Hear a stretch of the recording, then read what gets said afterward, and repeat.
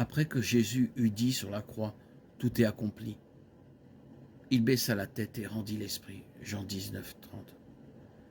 Son corps sans vie resta sur la croix jusqu'à ce qu'elle soit descendue et placée dans un tombeau voisin. Jean 19, 40, 42. Son esprit cependant était ailleurs.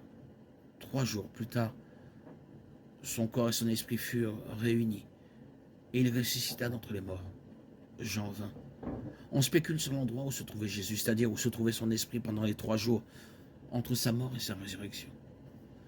L'indication la plus claire que nous ayons dans les Écritures de l'endroit où Jésus se trouvait entre sa mort et sa résurrection se trouve dans sa conversation sur la croix avec l'un des brigands crucifiés à côté de lui.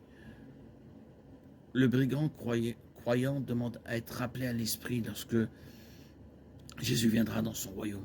Luc 23, 42. Et Jésus répond, « En vérité, je te le dis, aujourd'hui tu seras avec moi dans le paradis. » Ainsi, après sa mort, Jésus s'est rendu au lieu de bénédiction où se trouve Dieu, le ciel. Et c'est là que le brigand croyant s'est rendu également et a fait une annonce d'un certain type aux esprits emprisonnés là-bas, dans l'Hadès, en enfer. Selon cette interprétation, les esprits auxquels Jésus s'adressait pouvaient être démoniaques ou humains. Mais il existe une autre interprétation du passage de 1 Pierre. Dans cette interprétation, les esprits sont des personnes actuellement en enfer, mais Pierre ne dit pas que Jésus a fait un voyage spécial en enfer pour prêcher ou proclamer quoi que ce soit.